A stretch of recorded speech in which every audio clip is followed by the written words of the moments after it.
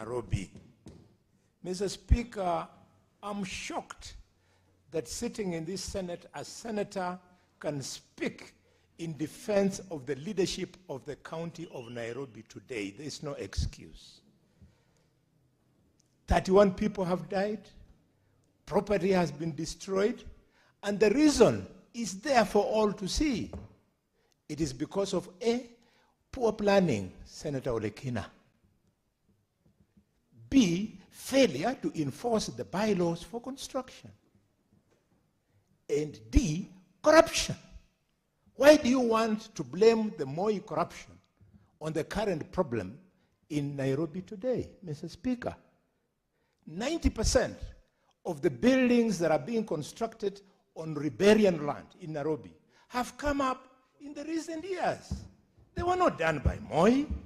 So if the Senator of Narok wants to defend a wrong, let him defend a wrong from a barasa in Narok, not when the mess is in place, Mr. Speaker. These are very, very serious issues. This House gives the highest allocation to Nairobi. Last year, we gave 20.18 billion shillings to Nairobi for them to fix our water drainage system. And the Constitution is very clear. Waterways and drainage and roads is a county responsibility.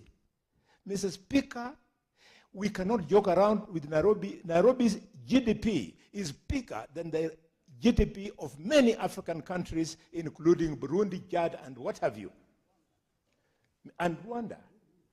Mr. Speaker, if we don't speak to the truth and want to look nice to leaders, then we should be prepared to lose more lives. Mr. Speaker, at this time, when houses have collapsed in Nairobi and nobody has been arrested, when these kind of disasters are taking place and no single leader has taken political responsibility, Parliament, National Assembly, and the Senate, we are to blame. That is our oversight.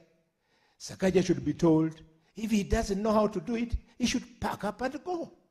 He is a relative to some of us, but relations are not meant to cushion killing of people, keeping children out of school.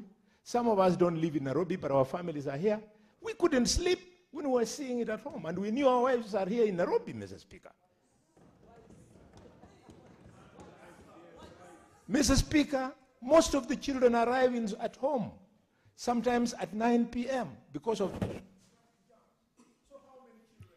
Senator Eddie Okech.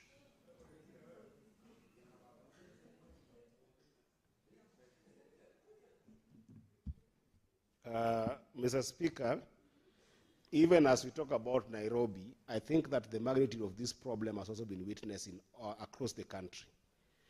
The first point of disappointment, which basically shows a lot of incompetence, is the fact that the Met indicated and prepared us that these rains were to come. After this preparation that rains were to come, Mr. Speaker, if you read the PFM Act, Section 112 of the PFM Act, it says that respective counties, their CC for finance, can actually prepare to use up to 2% at the very least, money that they can be able to use to put on emergency fund, and it can be used even without any bottlenecks, like taking them to the assembly for qualification, and prepare for this disaster. Mr. Speaker, what we have seen in our country today, and not only in Nairobi, because I've seen in Migori. If you go in Migori, right from a place called Sayote, in Migori town, to a place called Pandi, you go to the market of Migori that is flooded, you go to the place called Kabuto, places that these governors were born in those places, they know that the rains will come. The only difference is that this time round, the Met told them in advance that the rains will be more, 5 times, in some places even 10 times more than what they have seen. They ought to have prepared well, Mr. Speaker. There's no excuse for mischief for this. Because you have got the resources, you have got an infrastructure that we had put as a Senate, together with the National Assembly, for disaster readiness. We passed the act last year. And I remember the majority trying to marshal us here to pass that particular bill into an act that resources these counties to prepare. It is a shame, Mr. Speaker, that our governors don't care about our people. It's a shame. We call it the spade what it is, Mr. Speaker. You cannot have a county that expects the same magnitude of problems, the same drainage problems like Nairobi, like Migori County that I've seen, Mr. Speaker. People are dying in Migori County. I just passed through Lolgorian the other day when we were coming from burying our brother Wangeno. And in Lolgorian Mogor River, it was impossible to pass those places. We were there as members of parliament.